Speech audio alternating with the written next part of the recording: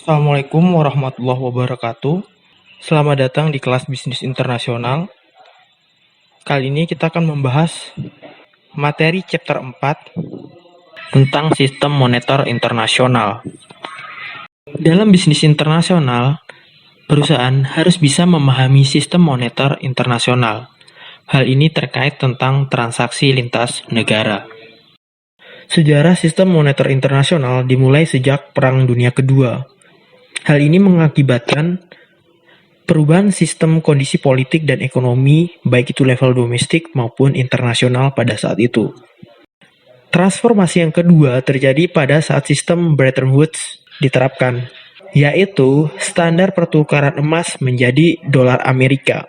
Sejak tahun 1880, Inggris, Jerman, Jepang, dan Amerika Serikat telah mengadopsi sistem standar emas. Kemudian tanggal 22 Juli 1944 diadakan Konferensi Moneter Internasional atau yang biasa disebut The Bretton Woods Conference yang dihadiri oleh 44 negara. 2 tahun setelah itu didirikan IMF untuk mengawasi sistem keuangan secara global. Selama tahun 1944 hingga 1973, dolar menjadi mata uang yang sangat penting dalam lalu lintas pembayaran internasional. Setelah periode 1973, sistem moneter internasional merupakan sistem campuran antara kurs tetap dan kurs yang sifatnya berubah-ubah. Jadi pada saat itu, mata uang setiap negara sifatnya fluktuasi tergantung permintaan dan penawaran.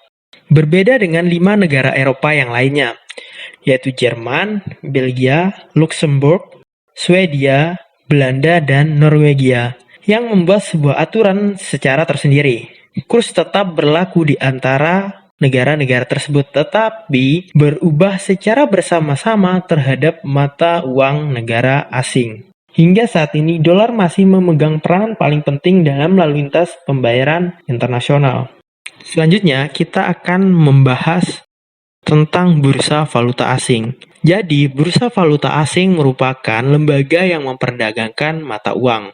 Bursa valuta asing diselenggarakan oleh bank pemerintah, bank swasta nasional, bank swasta asing, dan yang mengkhususkan kegiatan dalam perdagangan mata uang asing atau yang biasa disebut money changer.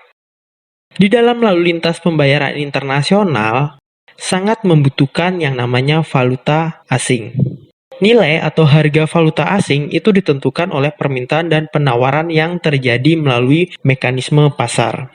Ada beberapa istilah tentang kurs valuta asing. Yang pertama ada yang namanya kurs beli. Kurs beli menunjukkan harga beli valuta asing pada saat bank atau money changer membeli valuta asing tersebut. Yang kedua ada kurs jual. Kurs jual menunjukkan harga jual valuta asing pada saat bank atau money changer menjual valuta asing tersebut. Misalnya saat ini nilai tukar rupiah itu adalah 15.000, maka ketika orang menukarkan uang senilai 15.000, maka dia berhak mendapatkan 1 dolar. Yang ketiga ada namanya kurs tengah. Kurs tengah merupakan selisih antara kurs jual dan kurs beli. Selanjutnya, apa sih fungsi dari valuta asing? Yang pertama, itu adalah mentransfer daya beli uang antar negara. Yang kedua, bisa menyediakan kredit bagi perdagangan luar negeri. Yang ketiga, menjual belikan valuta asing. Dan yang keempat adalah memperlancar perdagangan internasional dan pembayaran internasional. Kemudian, ada beberapa manfaat dari adanya bursa valuta asing. Salah satunya yang pertama, memajukan dan memperlancar perdagangan antar negara. Dengan adanya bursa valuta asing, sehingga ada standarisasi harga masing-masing sebuah item atau barang secara internasional disesuaikan dengan nilai tukar atau kurs antar negara dari kedua belah pihak. Yang kedua, memudahkan urusan pembayaran antar negara. Sebenarnya masih sama dengan yang pertama tadi. Jadi dengan adanya pembayaran antar negara yang terstandarisasi, sehingga secara jelas berapa uang yang harus dikeluarkan antar perusahaan dari setiap kegiatan transaksinya, tidak ada yang namanya klaim-klaim berapa uang yang harus dikeluarkan. Yang ketiga, ada namanya penambahan cadangan devisa negara. Dan yang keempat, peningkatan kegiatan ekspor dan impor antar negara sehingga dapat menggiatkan dunia usaha. Hal ini sudah jelas ketika proses transaksi antar negara dimudahkan, maka kegiatan ekspor dan impor itu jauh lebih gampang. Yang kelima, meningkatkan cadangan devisa yang akan memperlancar pembangunan nasional. Bicara tentang pasar valuta asing, tentu tidak lepas yang namanya pasar modal internasional. Apa itu pasar modal internasional? Pasar modal internasional adalah sebuah tempat bertemunya antara pihak yang memiliki kelebihan modal dan pihak yang kekurangan modal. Pasar modal internasional terdapat dua jenis pasar. Yang pertama, ada yang namanya pasar obligasi. Pasar obligasi adalah pasar di mana perusahaan dapat menerbitkan surat hutang. Pasar obligasi ini menjadi instrumen pada saat perusahaan tidak dapat memperoleh tambahan modal melalui pinjaman kredit. Yang kedua, ada namanya pasar saham. Pasar saham adalah pasar di mana perusahaan dapat menjual bagian saham kepemilikannya dan investor dapat membeli dan memperdagangkan kepemilikan atas saham yang dia beli kepada investor lainnya. Perusahaan memperdagangkan sahamnya di banyak negara karena ingin menarik banyak investor potensial yang tidak hanya dari dalam negeri, tapi dari penjuru dunia. Dan selanjutnya kita akan membahas salah satu yang sangat menarik, yaitu tentang nilai tukar mata uang yang biasa disebut dengan kurs. Kurs adalah sebuah perjanjian yang dikenal sebagai nilai tukar mata uang terhadap pembayaran yang saat ini atau di kemudian hari antara kedua mata uang masing-masing negara atau wilayah. Mekanisme penentuan kurs biasanya dikategorikan menjadi beberapa kelompok. Yang pertama, mengembang bebas atau free float. Berdasarkan sistem ini, kurs mata uang dibiarkan mengambang bebas tergantung kekuatan pasar.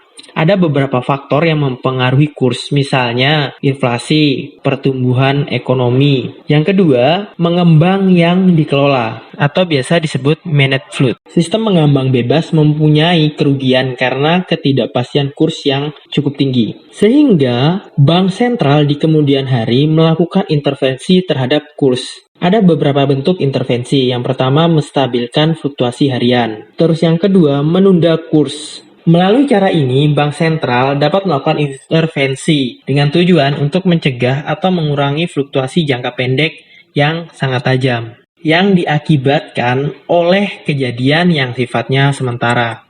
Yang ketiga, kurs tetap secara tidak resmi, atau biasa disebut unofficial pegging. Melalui cara ini, bank sentral biasanya melawan kekuatan pasar dengan menetapkan secara resmi kurs mata uangnya. Yang keempat, ada namanya perjanjian zona target tertentu. Melalui perjanjian ini, ada beberapa negara sepakat untuk membentuk kurs mata uangnya secara bersama dalam wilayah kurs tertentu. Jika kurs melewati batas atas atau batas bawah, bank sentral negara yang bersangkutan akan melakukan intervensi. Sekian untuk video kali ini, sampai berjumpa pada video berikutnya.